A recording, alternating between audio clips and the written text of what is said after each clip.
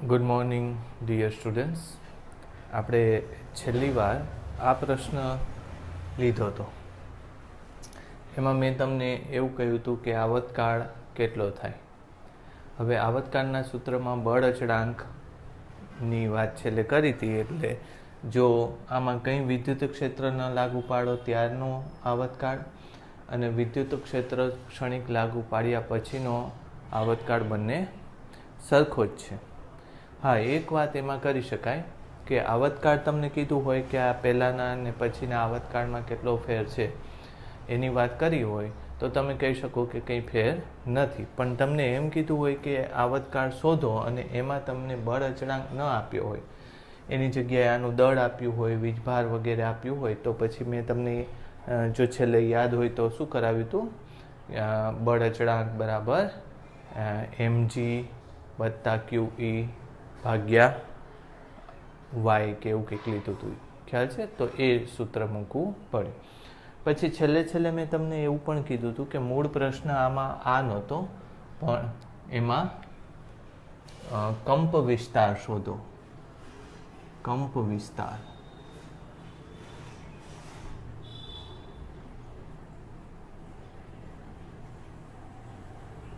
એનું એમ્પ્લિટ્યૂડ શોધવાનું છે, બરાબર? એટલે એ થોડો ટ્રિકી પ્રશ્ન છે. હવે આમ જોવા જાઓ તો ધારી લો કે તમે આ જગ્યાથી જે મહત્તમ સ્થાનાંતર હોય એને આપણે શું કહીએ છીએ? કંપ વિસ્તાર કહીએ છીએ, બરાબર? તો કંપ વિસ્તાર માટે એમ લખી શકાય કે એક બાજુનું બળ કેટલું હતું પહેલાંના કિસ્સામાં લઈએ તો mg અને બીજી બાજુનું બળ કેટલું છે? KA, બરાબર? પણ એટલે ક્યારનું? પહેલાંના કિસ્સાનું છે, બરાબર?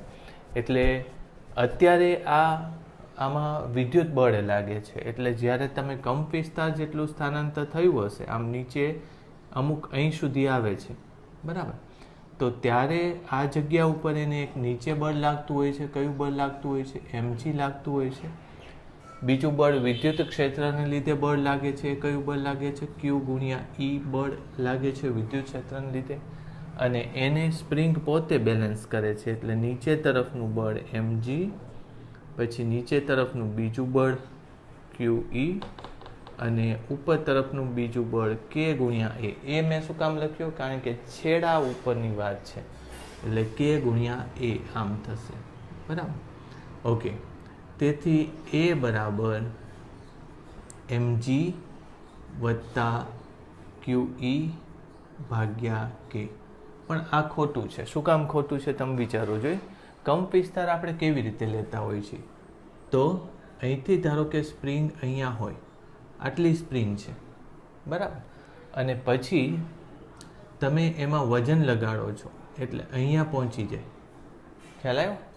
હવે એને દોલન કરાવો તો એ મૂળ સ્થાનની આસપાસ દોલન કરે, બરાબર?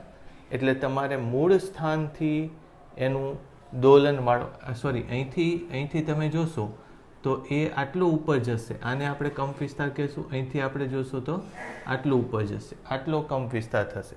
જ્યારે આમાં તમે જોશો તો વિદ્યુત ક્ષેત્રને લીધે જે બળ લાગે છે એ નીચે તરફનું બળ લાગે, પણ આ એનું મધ્યમાન સ્થાન નથી. મધ્યમાન સ્થાન ક્યાં હશે? તો કે મધ્યમાન સ્થાન આપણે ફાઇન્ડ કરવું પડશે. જેમ કે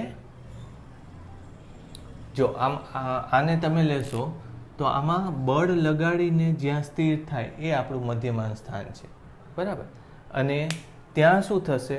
તો કે આ બે જ્યાં સમાન થાય ત્યાં આપણું મધ્યમાન સ્થાન થશે. ફરીથી હું જો સમજાવું તમને, તો આ તમારું મૂળ સ્થાન હતું. પછી બળ લગાડી દો અને જે જગ્યાએ સ્થિર થાય, એટલે કે ઉપરનું બળ કયું થશે? KA અને નીચેનું બળ mg, એ બંને સમાન થાય એ તમારું મધ્યમાન સ્થાન થશે, બરાબર? એટલે કે આ સ્થાનથી આનું અંતર a હોય તો ઉપરનું બળ કેટલું આવશે? KA આવશે, સમજાયું? અને બાકી બળ કયું આવશે? KY આવશે. એટલે આ જગ્યાએ જો તમે કંપ વિસ્તાર લેવા જાઓ તો ખાલી આટલો આવે. જ્યારે વિદ્યુત બળ ન લાગુ પડેલું હોય ત્યારે આટલો આવે. તો એનો અર્થ એવો કે આપણે શું કરવું પડે કે મધ્યમાન સ્થાન શોધવું પડે. જ્યારે ખાલી દળ લગાડેલું હોય ત્યારે આ સ્થાનથી એ આટલું નીચે ઉતર્યું, બરાબર. એટલે આ સ્થાન દળ લગાડેલું હતું ત્યારનું, આને આપણે શું કહેશું કે ત્યારનો કંપ વિસ્તાર કહેશું. એ કંપ વિસ્તાર કેટલો છે કે એ, સોરી, એ કંપ વિસ્તારને કેટલો કહીએ આપણે, એ ડેશ કહીએ, રાઈટ. ત્યારબાદ શું થશે, અહીંયા તમે નીચે આવી ગયા. ધારો કે ક્ષણિક વિદ્યુત ક્ષેત્ર નથી લાગુ પડતું પણ થોડાક લાંબા સમય માટે લાગુ પડે છે, તો વિદ્યુત ક્ષેત્ર લગાડો એટલે નીચે બળ લાગવાને લીધે આ સ્પ્રિંગ ખેંચીને અહીંયા આવતી રહેશે, અહીં સ્થિર થઈ ગઈ. ખ્યાલ આવ્યો? હકીકતમાં તો એ નીચે આવે ને ત્યારે દોલન કરવા માંડે, પણ આપણે વિદ્યુત ક્ષેત્રને લીધે બળ નીચેનું વધ્યું એટલે એને ઉપરનું પણ બળ વધારવું પડશે. તો આટલું અંતર નવો કંપ વિસ્તાર નથી, યાદ રાખજો. તમે આ દળ લગાડીને સ્થિર રહ્યા જ નહોતા ધારો કે, અને તમે દળ લગાડ્યું, વિદ્યુત ક્ષેત્ર લાગુ પડ્યું હતું, તો સીધું અહીંથી અહીંયા આવી જાય. મારી વાત સમજાય છે? સ્પ્રિંગ ખાલી એમનેમ હોય અને દળ લગાડો તો આટલું નીચે આવ્યું, પણ ધારો કે સ્પ્રિંગ એમનેમ છે, દળ અને વીજભાર બે લાગેલું છે જ્યારે વિદ્યુત ક્ષેત્ર, તો આમ વધારે નીચે આવતું રહ્યું. એનો અર્થ એમ કે અહીંયા જઈને જો એ સ્થિર થાય, અહીંયા જઈને જો એ સ્થિર થાય તો આ એનો નવો કંપ વિસ્તાર આવશે. ખબર પડી? તો આખો કંપ વિસ્તાર કેટલો થશે, તો કે એ જેટલો એનો કંપ વિસ્તાર થશે. ખ્યાલ આવ્યો? આખો એટલે આ એનો આખો કંપ વિસ્તાર થશે હકીકતમાં. તો એ કંપ વિસ્તારને જો હું એ લઉં તો એની કિંમત આટલી થશે. સમજાયું? કે નહીં આવે? એની કિંમત આટલી થશે. ઓકે, હવે આપણે જે શોધવાનો છે કે એનો કંપ વિસ્તાર કયો, તો કે મૂળ સ્થાનથી એનું અંતર શોધવાનું. એ કંપ વિસ્તાર આપણને પૂછ્યો તો શું કરી શકાશે, એ માઇનસ એ ડેશ. કારણ કે તમે વિચારો કે આ સ્થાનેથી આ સ્થાનનું અંતર મેં એ કીધું, આ સ્થાનેથી આ સ્થાનનું અંતર શું કીધું મેં, એ ડેશ કીધું. અને સાચો કંપ વિસ્તાર હોય તો તમે જો અહીંથી આમ સ્થાનાંતર જાય તો આનાથી ઉપર જવાનું છે, કોઈ દિવસ નથી જવાનું, કારણ કે આ તો એનું પહેલાંનું સ્થાન છે. આ ક્યારનું સ્થાન છે, જ્યારે એક જ બળ લાગતું હોય ત્યારે, અને આ ક્યારનું સ્થાન છે, જ્યારે બે બળ લાગતું હોય, એટલે દોલન આટલા જ થશે. એટલે આ આનો સાચો કંપ વિસ્તાર થશે. સમજ પડી? એટલે જ્યારે આપણે લેવાનું થશે કુલ કંપ વિસ્તાર ત્યારે એ માઇનસ એ ડેશ એવું લેવું પડશે. તો એ શું છે, mg પ્લસ QE બાય કે, અને આ આપણો એ ડેશ છે, બરાબર. અહીંથી અહીંની વાત કરીએ, એમાંથી આપણે એ ડેશ બાદ કરી નાખીએ, mg બાય કે બાદ કરી નાખીએ, એટલે mg બાય કે પ્લસ QE બાય કે માઇનસ mg બાય કે, એટલે કંપ વિસ્તાર કેટલો આવશે, QE બાય કે જેટલો આવશે. વાત સમજાણી? તો આ થોડો મેં કીધું એમ ટ્રિકી પ્રશ્ન હતો કે આપણે ગમે ત્યાંની આજુબાજુ જોઈએ ને, જે જગ્યાએ તમે સ્થિર થઈ ગયા હોય એ જગ્યાએથી જેટલું તમે નીચે જઈ શકો, બરાબર. તો આ બે બળોને સરખાવીને એની ઉપરથી કંપ વિસ્તાર લેવો પડશે તમારે. એટલે ફરીથી કહું કે જ્યારે વિદ્યુત ક્ષેત્ર ન હોય ત્યારે અહીંથી અહીંનું અંતર જો હું એ ડેશ લઉં, વિદ્યુત ક્ષેત્ર લગાડીને અહીંથી અહીંનું અંતર એ હોય તો આ એનો દોલનનો કંપ વિસ્તાર થશે. કારણ કે આનાથી ઉપર એ જવાનું નથી, ત્યાં સુધી જ એ રહેવાનું છે. મહત્તમ સ્થાનાંતર આટલું જ છે, એટલે એ માઇનસ એ ડેશ લેવાનું. એ કેટલું થશે, તો કે એ બરાબર QE પ્લસ mg, અને અહીંયા શું થશે, mg બરાબર કે એ ડેશ. એને એ ડેશ કીધું આપણે, આટલા ભાગને આપણે શું કીધું, એ ડેશ. ખાલી આમાં વિદ્યુત ક્ષેત્ર ન હોય ત્યારે. એટલે એ માઇનસ એ ડેશ એ તમારો સાચો કંપ વિસ્તાર થશે.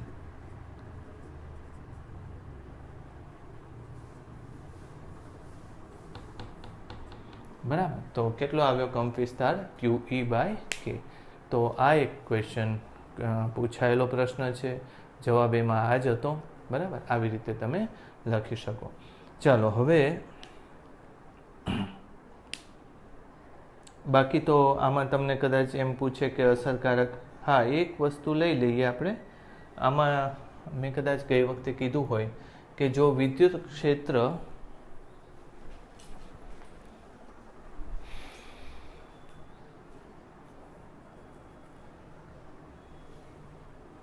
એક હોમવર્કમાં જ આપી દઉં તમને હું. આ કાઢી નાખીએ.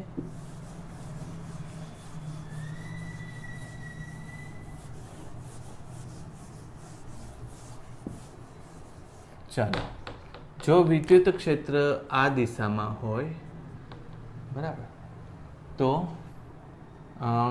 આવર્તકાળ લેવાનો. ટી કેટલો થાય? વિદ્યુત ક્ષેત્ર જો આ દિશામાં હોય તો એના દોલનનો આવર્તકાળ કેટલો થાય? હવે તમને ખબર પડી જશે એમાં શું કરવું પડશે. વિદ્યુત ક્ષેત્ર આમ એટલે એક બળ આમ લાગશે QE, બીજું બળ mg નીચે લાગશે, છેલ્લું બળ આ દિશામાં એટલે QE² આ કરજો તમે. QE² mg આખાનો સ્ક્વેર, અને આ બાજુ કયું બળ થશે? કે એ બળ થશે, તણાવ બળ. બરાબર.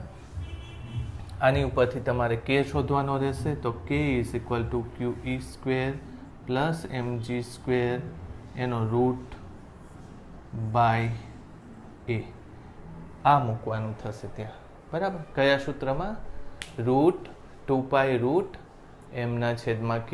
ની કિંમત આ મૂકવાની થશે. એટલે આ તમે કરી નાખજો એકવાર હોમવર્ક. હોમવર્કમાં શું કર્યું? વિદ્યુત ક્ષેત્ર જો આ દિશામાં હોય તો આવર્તકાળ કેટલો, આવું કંઈક છે. આ સૂત્ર તમે વાપરજો. રાઈટ. ચાલો, હવે આપણે જે સ્ટેટિક ઇલેક્ટ્રિસિટીનો ભાગ શરૂ કર્યો હતો, ચેપ્ટર 1 અને 2 એમાં આવે. બરાબર. એટલે હવે શું પૂરું થઈ ગયું? આમાં ચેપ્ટર 1 પૂરું થઈ ગયું. બરાબર. એટલે કે આપણા ટેક્સ્ટ બુકનું ચેપ્ટર, બાકી પહેલો યુનિટ તો હજી ચાલુ જ છે. યુનિટ 1 ચાલુ છે. કયું નામ હતું? Static electricity. સ્ટેટિક ઇલેક્ટ્રિસિટી અથવા તો સ્થિત વિદ્યુત.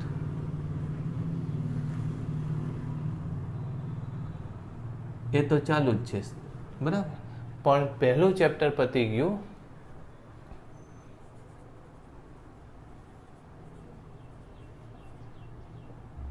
આપણી ટેક્સ્ટ બુકનું. એમાં ખાસ કરીને કયું? ગોસ થિયરમ એ બાકી છે. બરાબર. એટલે આટલું બાકી છે. ગોસ થિયરમ બાકી છે અને એની એપ્લિકેશન્સ બાકી છે. એ હું લઈશ કારણ કે એ વધારે ડિટેલમાં આવે છે. આપણે ગોસના પ્રમેયમાં જે કેટલી, આમ તો જોવા જઈએ તો 6 એની એપ્લિકેશન થાય, પણ આપણે ટેક્સ્ટ બુકમાં એકાદી ઘટાડી નાખી છે. પણ આપણને એમ થાય કે એ સિવાયના બીજા સંમિત આકારો હોઈ શકે વિદ્યુત ક્ષેત્ર શોધવા માટે, તો એ હોઈ શકે અને એ શોધી પણ શકાય. એટલે મેં આમાં શું બાકી રાખ્યું છે? ગોસનું પ્રમેય બાકી રાખ્યું છે. રાઈટ. ચલો, હવે આજે આપણે ચેપ્ટર 2ની વાત કરીએ. ચેપ્ટર 2માં શું આવશે? સ્થિતિમાન આવશે, ઉર્જા આવશે. આમ જોવા જઈએ તો મેં કદાચ તમને ગઈ વખતે કીધું હતું કે નહોતું કીધું, પણ એટલે શરૂઆત કરી હશે ને ત્યારે કદાચ મેં વાત કરી હશે કે કોઈ પણ વસ્તુનો જ્યારે ફિઝિક્સમાં અભ્યાસ કરીએ ને ત્યારે કોઈ પણ ઇવેન્ટનું સોલ્યુશન બે રીતે આપી શકાય. સોલ્યુશન એટલે ઉકેલ.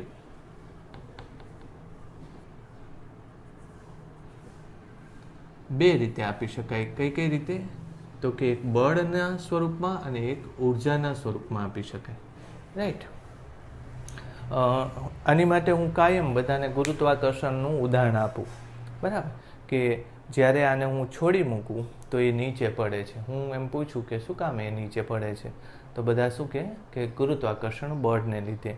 કેટલું બળ લાગે એનું સૂત્ર, કયા વૈજ્ઞાનિકે આ સૂત્ર આપ્યું, કયા કયા પરિબળો આધાર રાખે છે, કઈ દિશામાં લાગે છે, આ બધું એમાં આવે. પણ અગત્યનું નામ ગુરુત્વાકર્ષણ બળ. બળ એવું છે એટલે કયા સંદર્ભમાં એની આપણે વાત કરી સમજી શકાય. શું કામ નીચે પડ્યું કોઈ એમ કે તો આ એક બળ લાગ્યું, ગુરુત્વાકર્ષણ બળ લાગ્યું, એને કારણે આવું થયું. પછી હું એક બીજી રીતે એને સમજાવી શકું તમને. ધારી લો કે આ નીચે હતું અને પછી જ્યારે એને હું ઉપર લઈ જાઉં છું ત્યારે મારે મહેનત કરવી પડે છે, એને ધક્કો મારવો પડે છે. ધરતી માતા એને ખેંચી લેવાની ટ્રાય કરે છે અને હું શું કરું છું? એને ઉપર પરાણે એમના બળની વિરુદ્ધમાં લઈ જાઉં છું. એટલે ફિઝિક્સની લેંગ્વેજમાં શું કહેવાય? એને કાર્ય કર્યું કહેવાય. તો એ કાર્ય કરવું ત્યારે મારી ઉર્જા ક્યાંક જાય છે, તો એ ઉર્જા આની અંદર આવતી જાય છે. એટલે એ ઉપર જ્યારે જાય ત્યારે એની ઉર્જા વધી જાય છે. આમ જોવા જઈએ તો એની અંદર સ્થિતિ ઉર્જા આવતી જાય છે, એટલે એની ઉર્જા વધી જાય છે. બરાબર. હવે હું એને અહીંથી છોડી મૂકું ત્યારે એની વધેલી ઉર્જા એ ઓછી કરવાની ટ્રાય કરે છે. Try to reduce is total energy. તો એના એ ભાગરૂપે એ પોતાની ઉર્જા ઘટાડવા માગે છે, એના ભાગરૂપે એ નીચે આવે છે. બરાબર. એ પોતાની જાતે જ નીચે આવે છે. તો આમાં મેં બળની ક્યાંય વાત નથી આવતી. શેની વાત આવી? ઉર્જાની વાત આવી. કારણ કે the body tries to be in its minimum energy state. એટલે કે ગમે તે પદાર્થ પોતાની લઘુત્તમ ઉર્જા અવસ્થામાં રહેવાનો પ્રયત્ન કરે છે. આ એક સાર્વત્રિક અથવા તો ખૂબ જ પ્રખ્યાત બિહેવિયર છે તમામ વસ્તુની. એટલે મેં કઈ રીતે એક જ વસ્તુનું સોલ્યુશન આપ્યું અથવા તો વર્ણન કર્યું. એક બળના સંદર્ભમાં વર્ણન કર્યું, બીજું ઉર્જાના સંદર્ભમાં વર્ણન કર્યું. આપણે જો પહેલા ચેપ્ટરથી જ વાત કરતા હોય તો મેં તમને કદાચ પહેલા લેક્ચર્સની અંદર મેં કદાચ સમજાવ્યું હોય તો સૌથી પહેલી વાત શું આવી કે પદાર્થ પાસે એક અગત્યનો ગુણધર્મ છે. કયો ગુણધર્મ છે? વિદ્યુત ભાર. બરાબર. વિદ્યુત ભાર શું કરે છે? તો કે બળ લગાડે છે. હવે કેટલો વિદ્યુત ભાર છે એ આપણે મેળવી શકીએ તો એવું કોઈ આપણી પાસે ઉપકરણ હોતું નથી કે જે આપણને એવું કહી દે કે આની પાસે આટલો વીજભાર છે. પણ આપણે આ વીજભાર બીજા ઉપર કેટલો બળ લગાડે છે એનો આધાર લઈને આ વીજભારનું મૂલ્ય કેટલું છે એ ગણી શકાય છે. સમજો, માપી નથી શકાતું પણ શું કરી શકાય છે? ગણી શકાય છે. એટલે આનો આધાર લેવા માટે આપણે શું કરીએ છીએ? બળની વાત કરીએ છીએ. બરાબર. મેં બે વાત કરી હતી. બરાબર. બળની વાત કરીએ છીએ. પણ બળ મેળવવું થોડુંક મુશ્કેલ પડ્યું. તમને યાદ છે કુલમનો નિયમ લેવો પડે છે. બરાબર. બળ મેળવવા માટે શું કરવું પડે છે? કે Q1 Q2 ભાગ્યા R². હવે આ સૂત્ર આમ કંઈ મુશ્કેલ નથી, પણ મુશ્કેલી એ છે કે જ્યારે વ્યવહારમાં તમે બળ આ સૂત્રનો ઉપયોગ કરીને ગણવા માગો છો ત્યારે થોડોક કન્ફ્યુઝન થાય છે. શું કામ? કારણ કે આ તો બિંદુવત વીજભાર માટે લાગુ પડતું હોય છે અને કોઈ દિવસ છૂટો એકલો બિંદુવત વિદ્યુતભાર ક્યાંય લાગુ પડ્યો નથી હોતો જે આની ઉપર બળ લગાડે. એની કરતાં તો કેવા છૂટા છૂટા વીજભાર પડેલા હોય છે. આમ તો છૂટા છૂટાય નથી હોતા. કેવી રીતે હોય છે? સતત હોય છે. આનું એક્ઝામ્પલ લેવા માટે કાયમ હું બધાને કહું છું કે તમે વિદ્યુતભારની વીજભાર આપણને દેખાતો નથી, એનું બળ જ અનુભવવામાં આવે છે. એટલે આપણે આ જ વસ્તુ કોઈ આપણે ઓળખી શકીએ એવી ઘટના સાથે કમ્પેર કરવી હોય તો એક બહુ સારામાં સારી ઘટના છે. કઈ? પાણી જે છે એ H2O અણુઓનો બનેલો છે. તો H2O અણુ ક્યારે એકલો છૂટો તમને દેખાય નહીં હોય, કારણ કે પાણીના છાંટા ગમે ત્યાં હોવાના. એ છાંટામાં કેટલા H2O અણુઓ હશે? છાંટા હશે તો એક જ ટીપાની અંદર લાખો કરોડો H2O અણુઓ હશે. બરાબર. તો એક H2O અણુ એમાં છૂટો પાડીને આની ઉપર કેટલું બળ લગાડે, બીજો કેટલું લગાડે, ત્રીજો કેટલું, એ કામ ખૂબ મુશ્કેલ છે.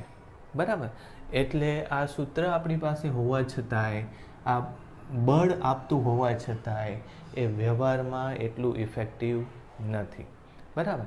પછી તો શેનો વિચાર કર્યો કે ભાઈ બળ નહીં તો પછી વિદ્યુત ક્ષેત્રની વાત કરો. વિદ્યુત ક્ષેત્રની વાત આવે એટલે સીધું આટલું જ આવી જાય, આ નીકળી જાય છે. તમને એમ થાય કે આ બળ મેળવવું મુશ્કેલ છે તો વિદ્યુત ક્ષેત્ર મેળવવું મુશ્કેલ થાય ને. પણ ટ્રીટમેન્ટમાં ફેર છે. તમે મારો એ લેક્ચર ફરીથી જોજો. મેં તમને એમાં શીખવાડ્યું છે કે આમાં એવું ધારવામાં આવે છે કે એક વીજભાર બીજા વીજભાર ઉપર બળ લગાડે છે અને ગણવામાં આવે છે. જ્યારે આમાં શું કરવામાં આવે છે? ટોટલ બળ ભાગ્યા Q લઈને વિદ્યુત ક્ષેત્ર નક્કી કરી લેવામાં આવે છે ટેસ્ટ વીજભારનો ઉપયોગ કરીને. એટલે બળ ગણવામાં નથી આવતું, બળ માપી લેવામાં આવે છે. બળ ભાગ્યા વીજભાર. એટલે આ જે છે એ આના કરતાં વધારે સહેલું પડે. આમાં છૂટા છૂટા વીજભારોની ચર્ચા કરવી પડે છે, જ્યારે આમાં બધા જ વીજભારોનું કુલ બળ જ આવી જાય સીધું જ. બરાબર. આપણે એ નથી જોવાનું કે ટેબલ ઉપર કેટલા જણા ધક્કો લગાવે છે. આપણે એ જ જોવાનું છે કે ટેબલ ઉપર કુલ કેટલો ધક્કો લાગ્યો, ક્યાંથી લાગ્યો, કેટલા જણાએ લગાડ્યો, એ અગત્યનું નથી. એના ભાગ્યા એ ટેબલનું દળ કરો એટલે તમને એ જગ્યાનું આપણે વિદ્યુત ક્ષેત્ર જેવી કંઈક ક્વોન્ટિટી આવી જાય. સમજાયું? એટલે એકમ દળ દીઠ લાગતું બળ, એવું જ આ શું છે? એકમ વીજભાર દીઠ લાગતું બળ. તો આના કરતાં આ વધારે સહેલું થયું. પછી આ રાશિ કેવી હતી? સદિશ રાશિ હતી. કેવી હતી? સદિશ. એટલે એને અદિશ બનાવવા માટે, અદિશ રાશિ બનાવવા માટે આપણે, મેં અહીંયા વાત નથી કરી, કારણ કે આપણે ગૌસનો નિયમ લેશું ને ત્યારે આવશે. પણ અદિશ રાશિ બનાવવા માટે શેની વાત કરીએ છીએ આપણે? ફ્લક્સ. ફ્લક્સમાં શું આવે છે? E ગુણ્યા ડેલ્ટા S. એટલે આ સદિશ છે, આ સદિશ છે, પણ આ અદિશ બની જાય. એટલે સદિશ રાશિમાંથી અદિશ રાશિ વધારે સહેલાઈથી મળી જાય. પાછી એક મુશ્કેલી છે કે આ સૂત્ર લખવું, આમ તો સૂત્ર લખવું જ નથી, બરાબર? સૂત્ર લખવું તો તમને કન્ફ્યુઝન થાય કે ફ્લક્સ એ વિદ્યુત ક્ષેત્ર વગર કેવી રીતે આવે? આપણે આ દિશામાં શું કામ જઈએ છીએ? આપણે આ ચેપ્ટરમાં આવા ટોપિક શું કામ મૂક્યા છે એની હું વાત કરું છું. તો સમજો, પહેલાં બળ જે મેળવવું છે એ અઘરું પડે છે. કુલમના નિયમ પ્રમાણે બિંદુવત માટે બરાબર છે, અસતત માટે બરાબર છે, પણ સતત માટે કેલ્ક્યુલેશન બહુ લાંબી થઈ જાય છે અને વિચિત્ર થઈ જાય છે, એટલે બહુ મુશ્કેલ છે. પછી મેં તમને આ રસ્તો કીધો કે વિદ્યુત ક્ષેત્રનો કોન્સેપ્ટ ઘણો ઉપયોગી થાય, કારણ કે એમાં છૂટા છૂટા બળ લેવાની જરૂર પડતી નથી. એક સાથે જ તમામ બળોનો હિસાબ આવી જતો હોય છે. એટલે વિદ્યુત ક્ષેત્ર વધારે, પણ વિદ્યુત ક્ષેત્રમાં દિશાની વાત કરવી પડે છે. મેં તમને કદાચ આવો દાખલો આપ્યો હતો ને, આવો સમઘન, બરાબર? સમઘનના બધા જ બિંદુઓ ઉપર રહેલા વીજભારને લીધે અહીંયા બળ કેટલું થાય એ શોધો. ધારો કે હું તમને એમ કહું કે આની ઉપર કેટલું વિદ્યુત ક્ષેત્ર થાય એ શોધો, તો શું એમાં મુશ્કેલ છે? આ બધા જ અંતરો તો એ જ છે. એટલે આને લીધે અહીંયા વિદ્યુત ક્ષેત્ર, આને લીધે અહીંયા વિદ્યુત ક્ષેત્ર, આને લીધે મેળવી શકાય. પણ એટલે દરેકના મૂલ્યો ગણવા ખૂબ સહેલા છે, પણ શું અઘરું છે? દિશાઓ અઘરી છે. આમાં જોજો, આ દાખલો તમે ગણ્યો હોય ને ત્યારે તમને દિશા અઘરી પડતી હતી. તો મેં તમને શું કીધું? ઈ સદિશ હોવાથી એની દિશાની લપ થાય છે, આપણને ખૂબ માથાકૂટ થાય છે. એટલે ઈની જગ્યાએ સહેલાઈથી મેળવી શકાય એવી એક રાશિ મેળવી, એનું નામ છે ફ્લક્સ. ઓકે, ફ્લક્સને આના મદદથી ગણવાનો હોય તો એટલી જ મહેનત થઈ આપણે, એટલે કંઈ સુધારો થયો નથી. પણ ફ્લક્સ મેળવવા માટે કોણ મદદ કરે છે? ગૌસનો નિયમ.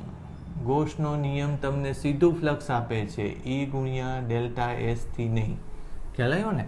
આનું સૂત્ર જો તમે KD Q1 Q2 ભાગ્યા R² વાપરો તો અઘરું છે. એટલે કે E મેળવવા માટે જો તમે F ના છેદમાં Q કરો ને F આ મૂકો તો અઘરું થયું, પણ F જો તમે સીધું જ માપી લો તો સહેલું થયું. એટલે E જો બીજી રીતે, એટલે કે આ રીતે માપો તો સહેલું છે.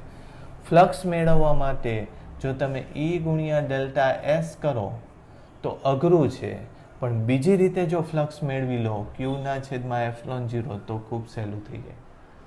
એટલે ઘણા ટીચર્સ, ઘણા સ્ટુડન્ટ્સને આ ખબર નથી હોતી કે આપણી ટેક્સ્ટબુકમાં આ બધી વસ્તુઓ શું કામ મૂકી છે. ફ્લક્સનો ઉપયોગ શું? ફ્લક્સ કોઈ દિવસ ઉપયોગમાં નથી આવતું, પણ આ ગૌસ નામના વૈજ્ઞાનિકે જે આપણને થિયરી આપી, જે આપણને રીત આપી કે ભાઈ તમે તમારા સૂત્ર ભૂલી જાઓ, હું તમને અલગ રીતે ફ્લક્સ મેળવવાનું કંઈક ટ્રીક આપી દઉં છું, તો તમને એ ફ્લક્સ મળી જશે.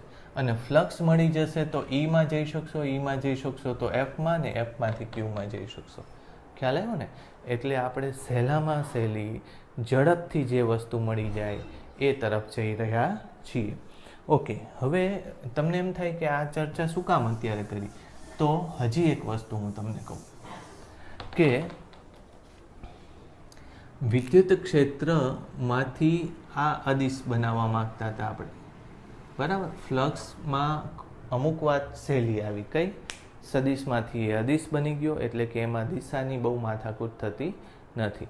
અને ફ્લક્સ ઉપરથી તમે આમાં જઈ શકો છો, એમાંથી Fમાં જઈ શકો છો, Qની માહિતી સહેલાઈથી મળી જાય છે. તો સદિશમાંથી ફ્લક્સ એક અદિશ બનાવ્યું, એ જ રીતે એક બીજું સદિશમાંથી અદિશ બને છે, એ શું છે? બળ ગુણ્યા સ્થાનાંતર. સમજ પડી? તો તમને ખબર છે કે આ ઈ એટલે શું? એકમ વીજભાર પર લાગતું બળ છે.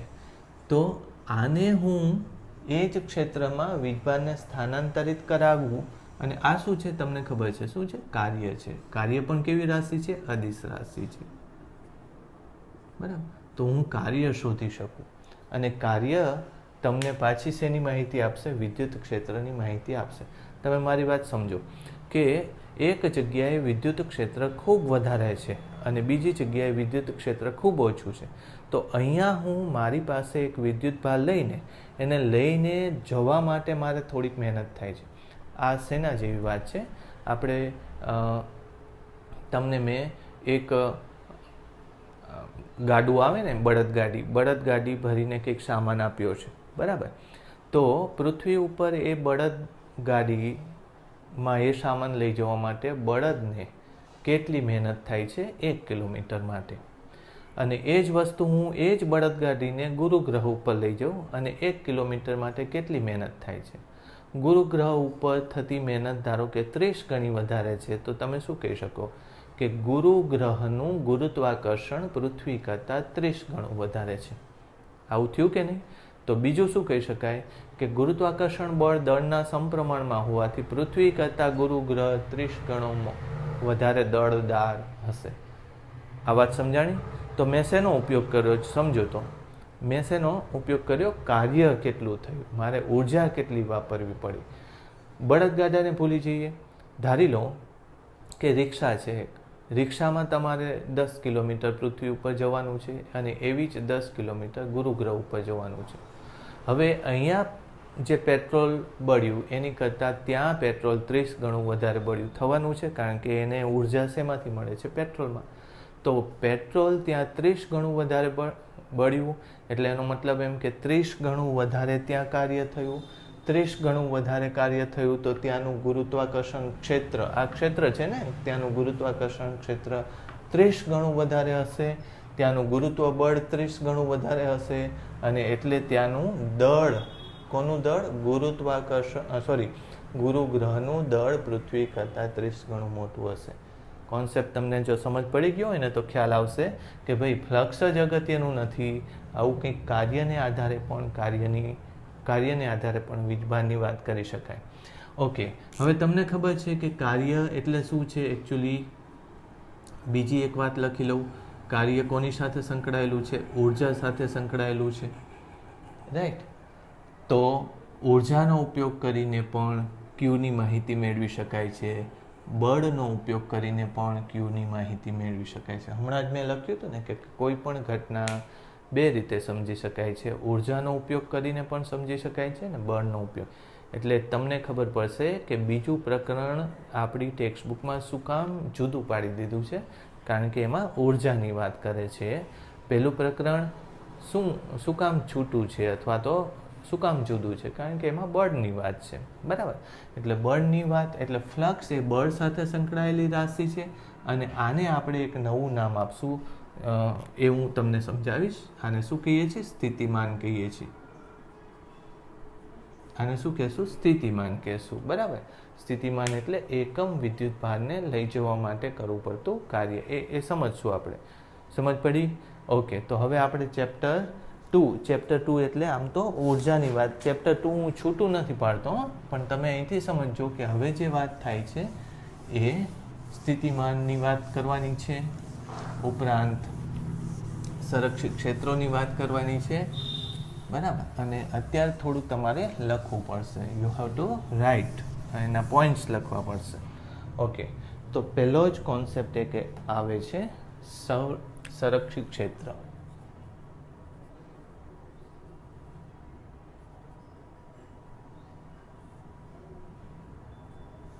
બરાબર? પહેલો પોઈન્ટ કયો છે? સંરક્ષિત ક્ષેત્ર. એને શું કહીએ છીએ?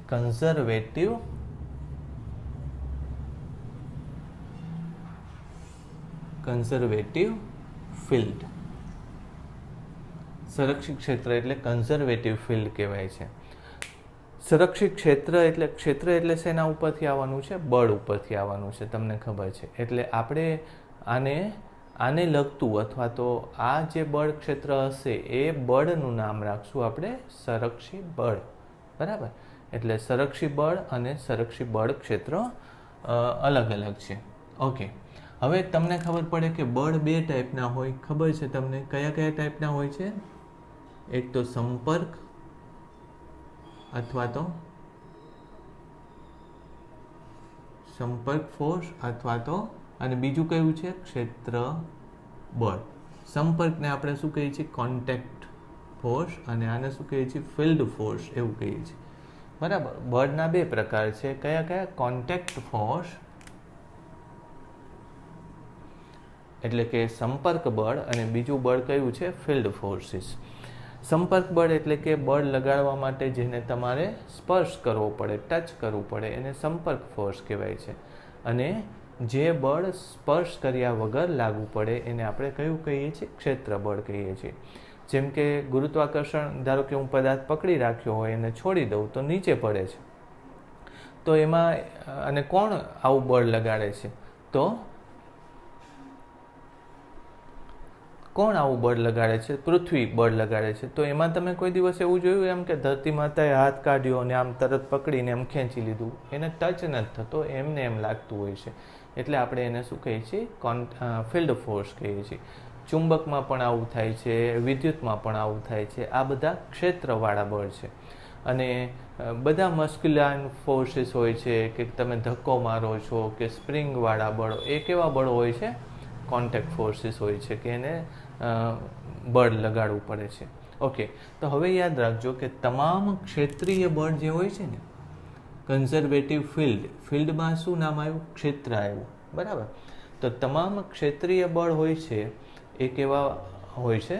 કન્ઝર્વેટિવ ફોર્સ હોય. પહેલાં તો યાદ રાખો, ક્ષેત્ર ઉપરથી સંરક્ષી બળ એવું નામ લખવું, સંરક્ષી બળ એવું નામ લખવું. અને ત્યાં આપણે શું લખીએ? કન્ઝર્વેટિવ ફોર્સ એવું નામ લખવું. બરાબર. ઓકે. કન્ઝર્વેટિવ ફોર્સ કયા કયા હશે? તો કે એ બધા જ બળો કે જે ક્ષેત્રીય બળો છે એ તો હોવાના જ છે. યાદ રાખજો. કયા? બધા જ બળો કે જે ક્ષેત્રીય બળો છે એ તો આમાં નામ આવવાના જ છે. તો કયું આવશે? પહેલાં તો કયો તો ગુરુત્વાકર્ષણ બળ, પછી બીજું બળ કયું? તો કે વિદ્યુત બળ અને વિદ્યુત ચુંબકીય બળ. બીજા બે બળો આવે છે કયા? ન્યુક્લિયર બળો.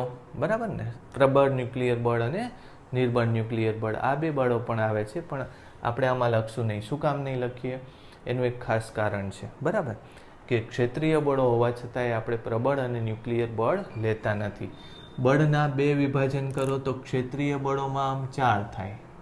બરાબર. પણ એમાં આ ગુરુત્વાકર્ષણ બળ અને વિદ્યુત ચુંબકીય બળ એક ભાગમાં રાખી શકાય, જ્યારે આને ન્યુક્લિયર બળ બીજા ભાગમાં રાખી શકાય. એમાં પ્રબળ અને નિર્બળ બંને આવી શકે.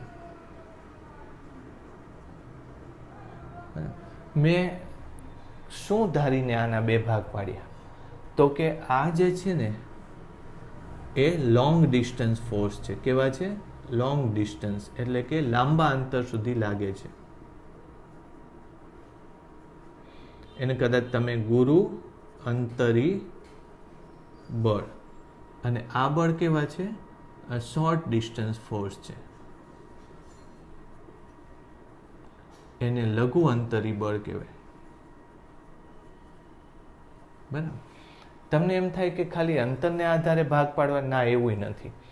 આ જે છે એનું લેવલ કયું છે? તો કે આ લેવલ શું કહીએ છીએ? સબ એટોમિક લેવલ કહીએ છીએ. બરાબર. સબ એટોમિક લેવલનો મતલબ શું છે? કે એ આખી જુદી જ દુનિયા છે. બરાબર. એને આપણી દુનિયા સાથે એવું કંઈ લેવા દેવા નથી. કેમ? તમે પોતે ખૂબ જ જો નાના બની જાઓ, અત્યારે તમારી ઉપર ઘણા બધા બળો લાગતા હોય, તમારા જે રહેવા, જેમ કે ડેઇલી રોજબરોજના જીવનમાં અનુભવવામાં આવતી મુશ્કેલીઓ વગેરે આપણા બળ અને બળ ક્ષેત્રોને આધારે નક્કી થતી હોય.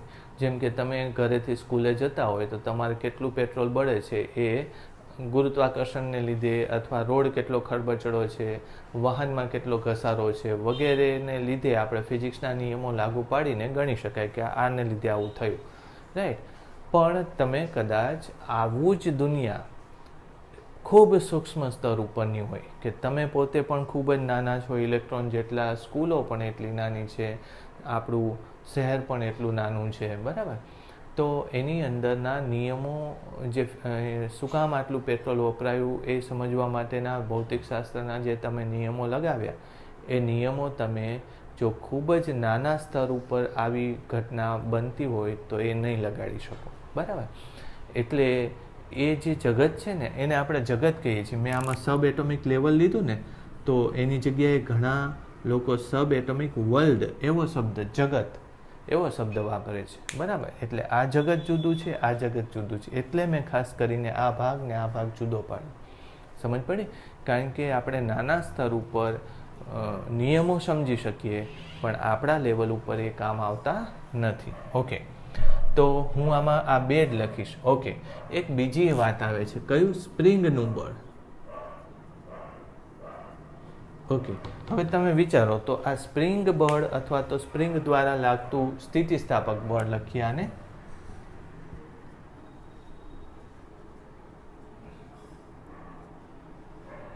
અથવા તો પુનઃસ્થાપક બળ,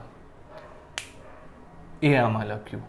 હવે તમને આ થોડુંક જુદું લાગે છે, આ બેથી જુદું લાગે છે. શું કામ?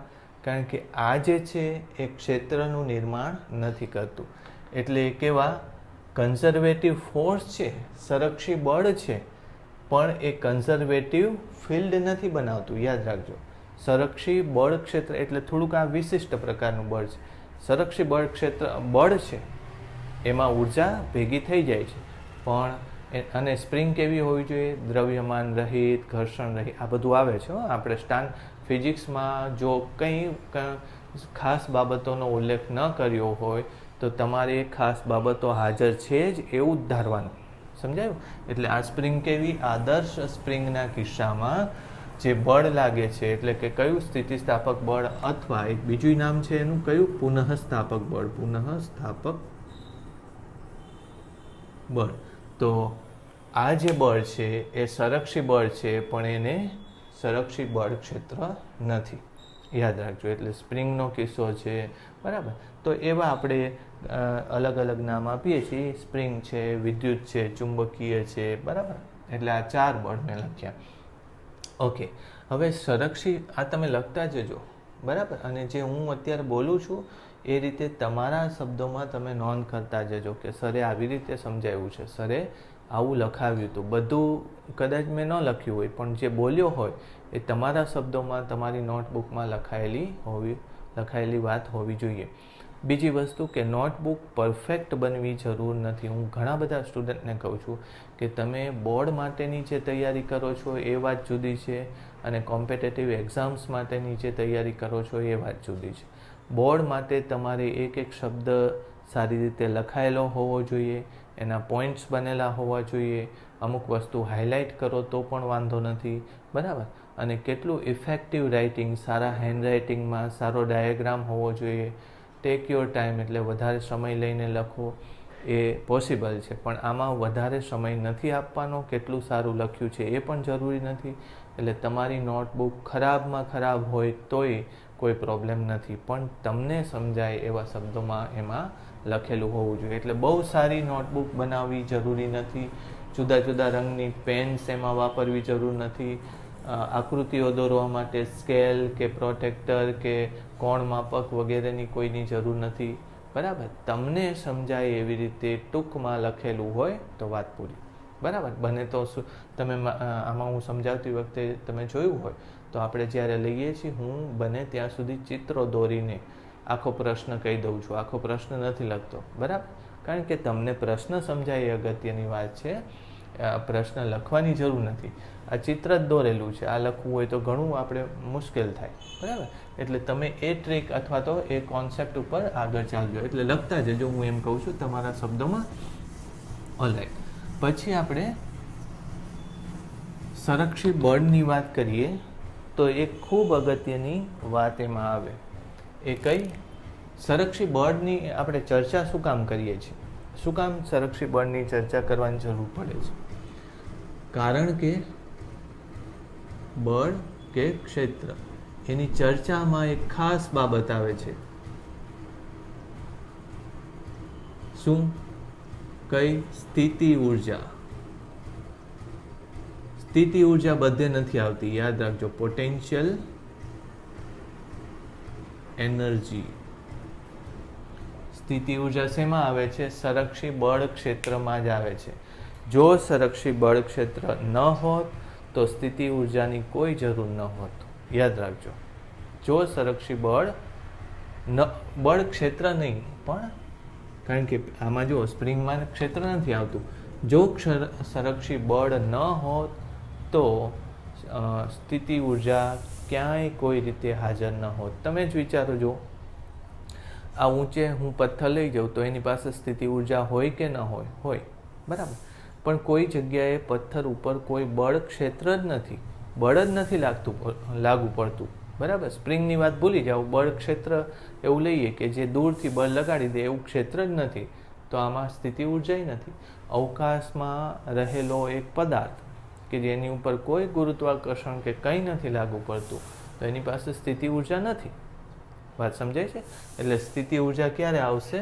સંરક્ષી બળ ક્ષેત્ર હોય તો. અહીં હું લખું છું, સ્થિતિ ઉર્જા સંરક્ષી બળ ક્ષેત્રમાં જ હાજર હોય, બરાબર. ખૂબ અગત્યની વાત મેં અહીં તમને લખાવી. એટલે હવે સ્થિતિ ઉર્જા અમસ્થી મેળવી શકાય, વાંધો ન આવે, બરાબર. પણ સંરક્ષી બળ ક્ષેત્રમાં એક બીજી ખાસિયત તમને મદદ કરે છે. શું?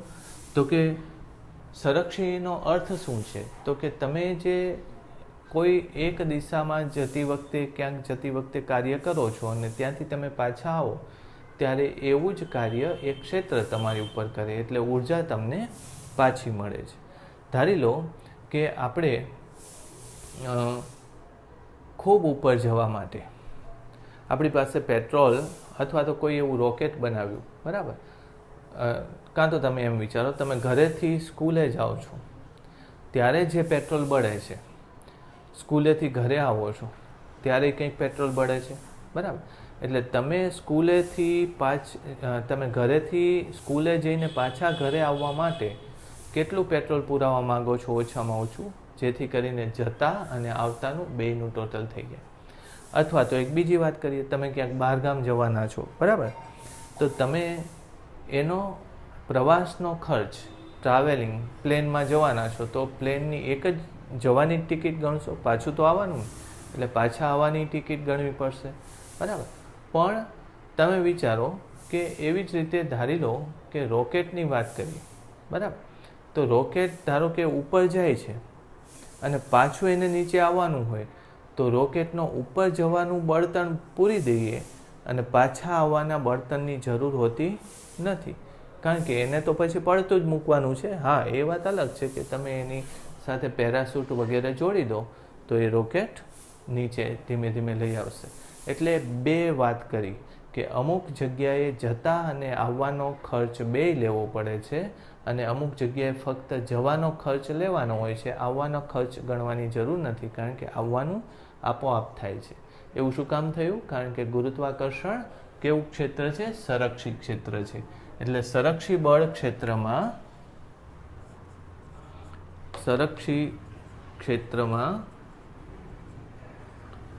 કુલ કાર્ય અથવા તો બંધ માર્ગ લેશું, બંધ માર્ગનું કુલ કાર્ય શૂન્ય થાય છે. કેવું થાય છે? સંરક્ષી બળ ક્ષેત્રમાં બંધ માર્ગનું કુલ કાર્ય શૂન્ય થાય છે, બરાબર. અને એક અગત્યની વસ્તુ જે આવતી વખતે આપણે ફરીથી લેશું એ શું, સંરક્ષી બળ ક્ષેત્રમાં આના ઉપરથી જ આવે, બરાબર, આના ઉપરથી જ આવે કે થતું કાર્ય માર્ગ પર આધારિત નથી, ફક્ત અંતિમ સ્થાનો પર આધારિત છે, બરાબર. સ્થિતિ ઉર્જા આને લીધે જ આવે છે, ખ્યાલ આવ્યો ને? સ્થિતિ ઉર્જા આપણને ઉપયોગી શું કામ થાય છે? કારણ કે થતું કાર્ય આધારિત માર્ગ પર આધારિત નથી, બરાબર, એ અંતિમ સ્થાનો પર જ આધારિત છે. જો સંરક્ષી બળ ક્ષેત્રમાં સ્થિતિ ઉર્જા આવે છે અને સ્થિતિ ઉર્જા ક્યારે કામમાં આવે? જો આ ન હોત તો કામમાં ન આવે. સ્થિતિ ઉર્જા હોવા છતાંય આપણને કામમાં ન આવે. એટલે આપણે જ્યાં જ્યાં સ્થિતિ ઉર્જા ભણીએ છીએ એ આને લીધે ભણીએ છીએ કે ફક્ત અંતિમ સ્થાનો પર જ આધાર. આ એકચ્યુઅલી આના ઉપરથી આવેલું છે કે થતું કાર્ય એ પ્રારંભિક અને અંતિમ સ્થાનો, તમે આમ જાઓ તો એટલું જ થશે, આમ જાઓ તો એટલું જ થશે, આમ જાઓ તો કાર્ય એટલું થશે, આમ પણ એટલું, ગમે તે માર્ગે આમ પણ એટલું જ કાર્ય થશે. સમજ પડી? એટલે કાર્ય પ્રારંભિક અને અંતિમ સ્થાનો ઉપર આધાર રાખે છે, બીજી કોઈ બાબત ઉપર આધાર નથી રાખતું. હા, અગત્યના મુદ્દાઓ છે. હા, એક મુદ્દો હું લખી દઉં, પછી આપણે આગળ લેવાની અત્યારે જરૂર નથી, રાઈટ? એક મુદ્દો કયો લખશું કે સંરક્ષી બળ ક્ષેત્રમાં થતું કાર્ય બરાબર -Δu. એટલે કે કોની ઉપર? આ હું ડિટેલ આ રહેવા દઈએ અત્યારે, આ હું ડિટેલમાં સમજાવીશ તમને, બરાબર. એટલે આવતી વખતે હજી પાછી આવી થિયરેટિકલ વાત જ કરવાની છે, થોડાક સૂત્રો લેવાના છે, એ આપણે લઈ લેશું. ચાલો, તો પછી મારા ખ્યાલથી તમને હવે આ લેક્ચર સમજાઈ ગયો હશે ડિટેલમાં, બરાબર. આવતી વખતે થોડું આગળ વધારી લેશું. Thank you.